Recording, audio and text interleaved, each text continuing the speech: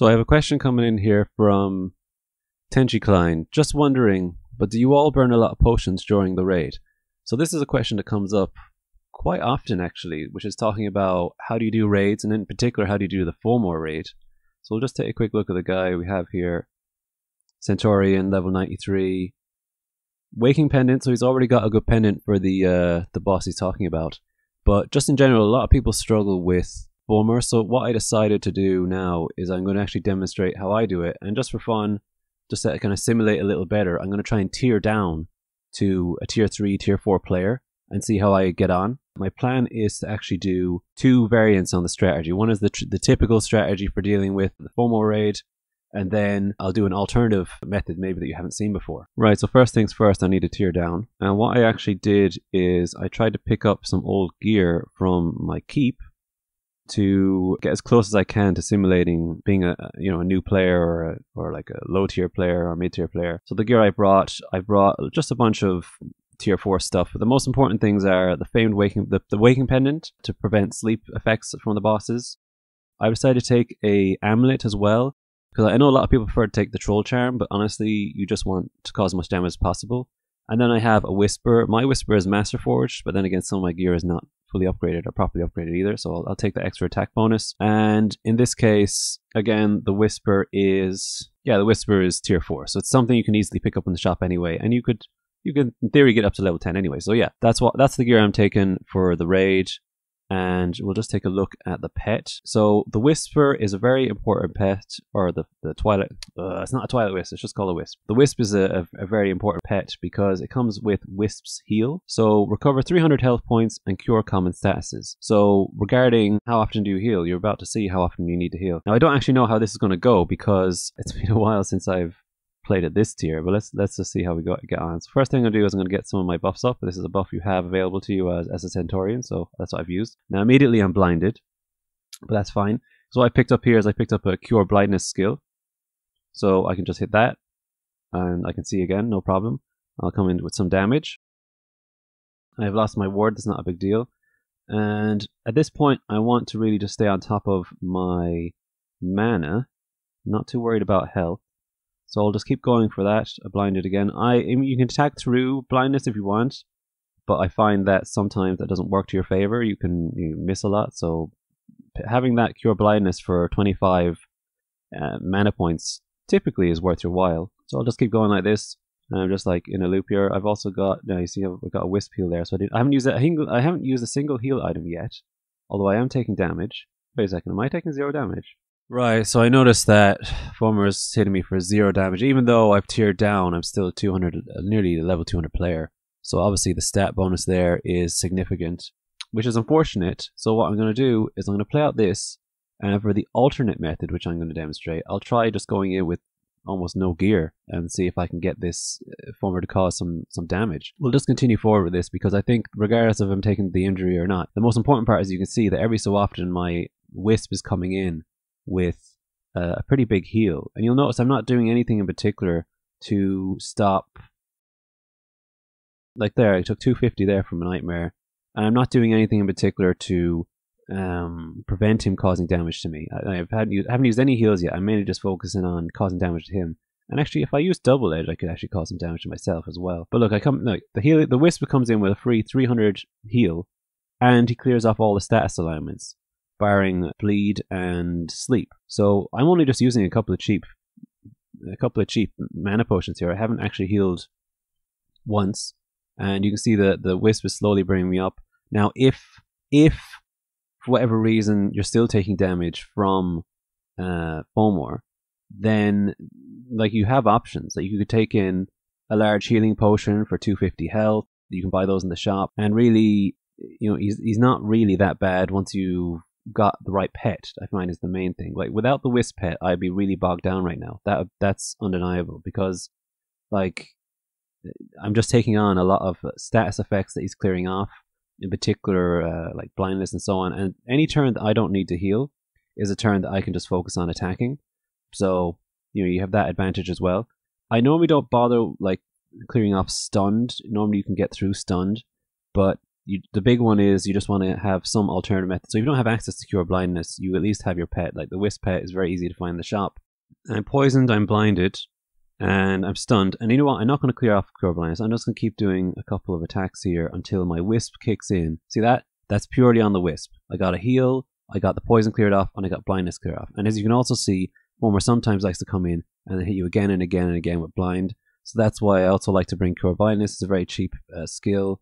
In this case, I didn't need to use it. Again, the pets come in. So you can see how important the Wisp is. And this is actually a good demonstration here because Fomor is very aggressive with blindness. And there isn't a great solution to blindness in the low tiers because you don't have access to, I believe it's called the Fey Eye, which clears off blindness, which you're not going to get that till tier 6, and you have to complete a raid to get it. So yeah, it's not a common item. But yeah, you can see how much of a pain Fomor is being with blindness. So yeah, I'm just trying to keep that cleared off as possible. And I think more or less I've demonstrated everything I can for method 1. You can see I've used 1 health potion, and assuming that I would have taken more damage if I was a lower level, I may have used a couple, but I'm not doing big heals here. I don't need to because my Wisp has it covered. So like I said, I'm just going to finish this off and then we'll get on to method 2. I'm going to bring the Bone Shield, which is a tier 4 shield. And the reason I'm bringing that is because I want Bastion. And the Bone Shield itself is dropped by the Undead Golem. So that is tier 4 boss. You'll definitely come across that at tier 3. So Bone Shield, not hard to come by. And it's just a quick and easy way to get Bastion. So you'll see what that does in a second. And then for the pet, I've taken the Elder Gnome. And yeah, a very aggressive pet. So we're going to take a more aggressive method here. And also there's a skill you can pick up, which I recommend picking up if you don't want to be tied to using your Wisp forever, which is right here. It's called Wisp Heal. Now that skill is the exact same skill that the Wisp has, and now you're healing for 300 using 50 mana, so that's like half a small potion. So like that's going to be a skill we'll use here. So all you need to do is pick up the Druid, so that's tier 5. I think I'll add it to my skills, but I won't use it super often because that's maybe you're not tier 5. So yeah, I'll add it to my heals. But look, there is other heals here. You can have like different cure, different cure ailment things you can do. Your first aid, which deals 100 heal for 25 mana. So that's like a really low level skill. But for sake of demonstration, I'm going to go Wisp Heal because it's basically replacing your Wisp pet, so that's useful to know for even just a high tier player. Right, so here we are again on method 2. I'm going to come straight in with protection. Now I don't have the luxury of my Wisp pet, but as you can see, I have brought a pet who's very aggressive on magic. So we'll try and see how far we go with that. Now the problem we'll run into here is that the different effects that our pet causes prevents us from getting strikes in as well. Like the thing about Fomor is he puts a load of status effects on you, which causes a lot of problems. And then we have a pet who's also putting status effects on us as well. So realistically speaking, our character here is not going to be able to get through and do any damage. That's just not going to happen. Because there's going to be too many status effects on him by a combination of frozen, paralyzed, sleep, stunned. All this stuff is coming in and it's going to cause a problem for you. And I'm getting these effects from my pet. So as he uses Glacier, he puts Frozen on me. So I'm going to try and use my heal to try and stay economical here in terms of damage. But I'm actually taking a lot of damage from Fomor at this point because I've taken off quite a bit of my armor. But you can see my pet's coming in here with a lot of damage. And I suspect that's because my pet has also been leveled up to about 200. So it does appear to me that the Elder Gnome is doing a bit more damage than normal. But at the same time, you could also use skills like Outwill that will decrease the magic defense of Fomor, which is something maybe I should have considered doing. And actually, I've noticed I didn't get my protection 2 up. That's probably why I'm taking so much damage. And yeah, I'm just going to stick with my heals. I'm not going to focus too much on doing damage. It's up to my pet to do the damage. And the real kind of secret sauce, the real secret behind this method is that Fomor is it can only cause status effects to me. But there's nothing getting in the way of my pet. My pet can always attack, can always get through. So regardless of if I'm struggling to get an attack out or not, it doesn't matter because my pet's going to do the work for me. So in some ways, this is a more passive method because I'm not looking for that break in the stun effects and the blindness effects. I don't really have to look at my screen as much.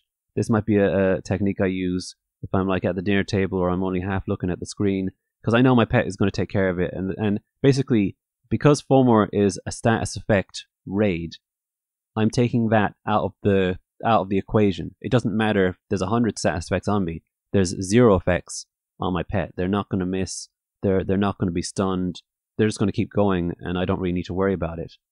And I'll put on a bit of bastion here, because when you're blinded, you can still put on buffs and you can still put on your defense. So there is really no reason not to use bastion. So that you can kind of see why I've gone with this method and why I took out my whisper for a shield, because especially a shield that gives bastion, because what bastion does is it gives you a defensive ward without having to use any mana. You see I have practically 0 mana here. I can't use any of my skills, and I'm just stacking up 10 turns of ward, really doing very little here.